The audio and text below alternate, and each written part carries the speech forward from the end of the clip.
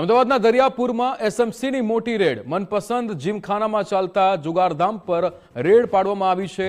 100થી વધુ જુગારીઓ પકડાયા હોવાની માહિતી છે। મોટી માત્રામાં રોકડ અને મુદ્દામાલ જપ્ત કરાયો છે। સ્ટેટ મોનિટરિંગ સેલની ટીમે વધુ તપાસ હાથ ધરી છે। અગાઉ પણ અનેક વખત દરોડા પાડી ચૂક્યા છે। ત્યારે સચિન કડિયા આપણી સાથે લાઈવ જોડાઈ ગયા છે। સચિન, દરિયાપુરમાં એસએમસીએ રેડ પાડી છે, શું વિગતો?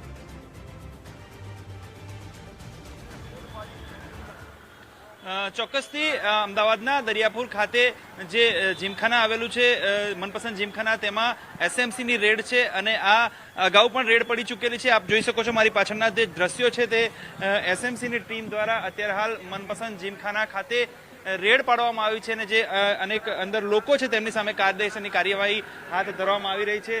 મહત્વની વાત છે કે અગાઉ પણ જે આ વિવાદમાં સપડાયેલી છે મનપસંદ જીમખાના, અગાઉ પણ રેડ પડી ચૂકી છે।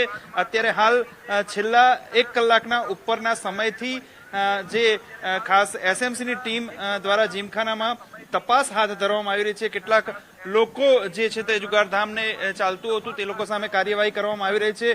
ખાસ મનપસંદ જીમખાનામાં અગાઉ પણ અનેકવાર દરોડા પડી ચૂક્યા છે। ગેરકાયદેસર પ્રવૃત્તિઓ અંગેની બાતમીના આધારે કાર્યવાહી થવાની ચર્ચા એ જોર પકડ્યો હતો ને ત્યારબાદ સમગ્ર તપાસ હાથ ધરવામાં આવી હતી અને અત્યારે હાલ જે છે તે એસએમસીની ટીમ અત્યારે હાલ કાર્યરત છે। ઘણા બધા જે લોકો છે તેમની સામે કાયદેસરની કાર્યવાહી કરવામાં આવી રહી છે। સાથે સાથે જે તમામ જે ઝીણવટપૂર્વકની તપાસ અને જે ખાસ એસએમસીની ટીમ અત્યારે હાલ કરી રહી છે, કેટલાક લોકો છે તે પણ પકડાયા છે, તેમની સામે કાયદેસરની કાર્યવાહી થશે। અગાઉ પણ આ જીમખાનામાં ચર્ચાસ્પદ રહ્યો છે અને અત્યારે હાલ એસએમસીની ટીમ જે છે તે અત્યારે હાલ કાર્ય કરી રહી છે, સઘન તપાસ કરી રહી છે, મુદ્દા માલ જપ્ત કરી રહી છે। જે લોકો છે તેમની સામે કાયદેસરની કાર્યવાહી થશે અને અત્યારે હાલ પણ રેડ ચાલુ છે। જી વિક્રમ। બિલકુલ સચિન, સમગ્ર માહિતી સાથે જોડાવા બદલ આપનો આભાર।